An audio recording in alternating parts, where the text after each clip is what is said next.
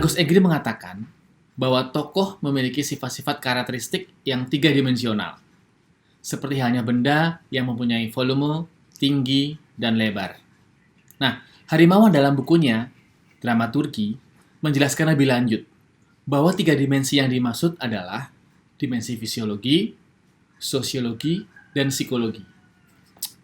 Dengan tiga dimensi tokoh ini, pembentukan karakter tokoh yang akan kita buat akan bisa menjadi lebih terstruktur.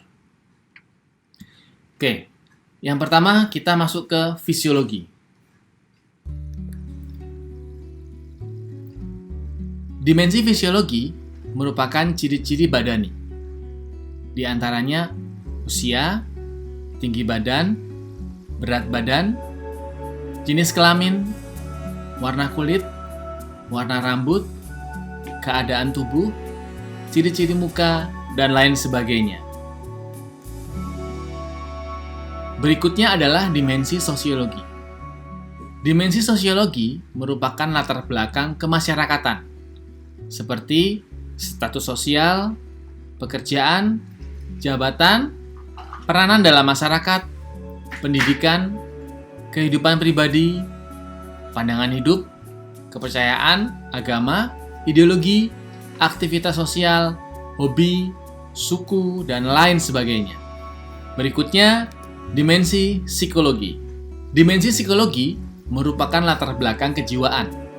Misalnya, mentalitas, temperamen, keinginan, perasaan pribadi, sikap, kelakuan, IQ, dan lain sebagainya.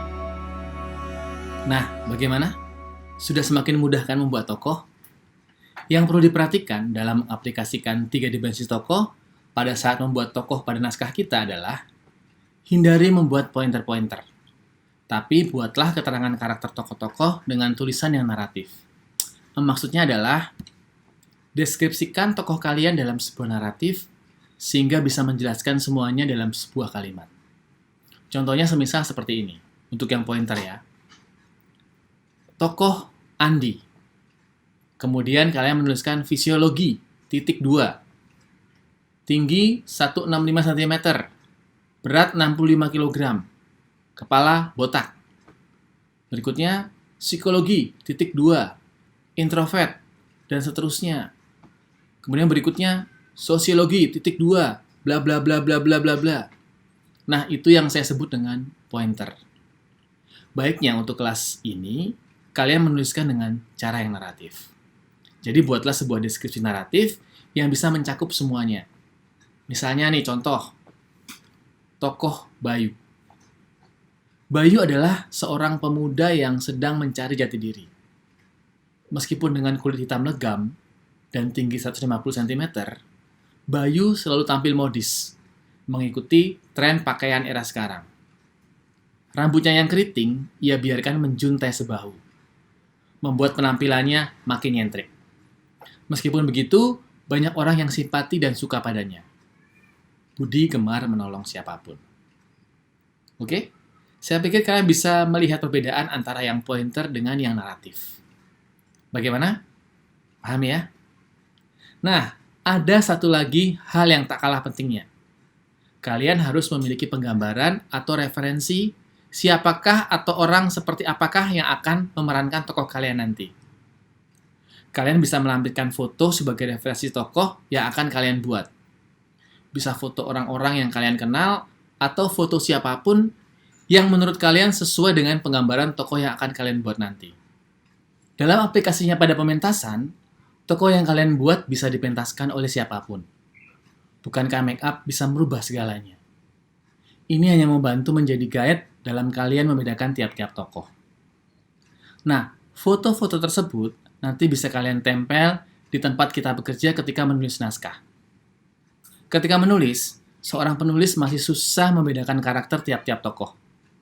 Tanpa sadar, karakternya sering flat satu dengan yang lainnya, bahkan mirip dengan penulisnya sendiri.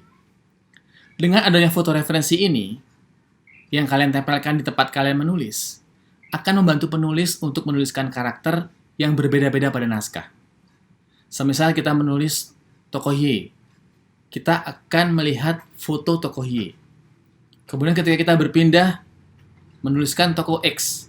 Kita akan memalingkan pandangan ke arah foto tokoh X. Kemudian tokoh Y, kembali ke tokoh Y. X ke tokoh X. Begitu seterusnya. Harapannya ini akan membantu penulis untuk mempertebal karakter masing-masing. Bagaimana? Mudah bukan? Nah, jika sudah paham, kalian akan mulai menulis karakter tokoh dengan mengisi kisi-kisi berbagai pertanyaan seputar tokoh. Berikut merupakan contoh kisi-kisi pertanyaan. Selanjutnya, pertanyaan ini bisa kalian kembangkan. Semakin detail, semakin baik. Yang pertama adalah penamaan. Ingat, nama adalah cerminan diri juga harapan. Nama bisa merujuk pada zaman atau era. Nama juga merujuk pada tingkat ekonomi. Nama juga merujuk pada suku bangsa. 2. Usia tokoh. 3. Status tokoh. 4. Agama. 5. Profesi dan jabatan tokoh. 6. Ciri khusus tokoh. 7. Latar belakang tokoh. 8. Mentalitas tokoh. 9. Otak yang penting, dan lain-lain. Seperti yang saya sampaikan tadi, kalian boleh mencari pertanyaan yang lainnya yang berkaitan dengan tokoh. Setelah lengkap dan detail, kalian bisa menuliskannya secara deskriptif dengan mengelaborasikan 3 dimensi tokoh yang sudah dijelaskan di awal. Oke, saya pikir ini sudah sangat jelas. Nah, langkah berikutnya, buatlah deskripsi tokoh kalian. Tentunya bermuara dari sinopsis yang sudah kalian buat sebelumnya. Jelaskan secara detail tokoh-tokoh yang ada dalam cerita kalian. Oke, saya kira cukup untuk pertemuan hari ini. Sekian kelas penulisan drama. Sampai ketemu lagi pada pertemuan berikutnya dan salam sehat selalu.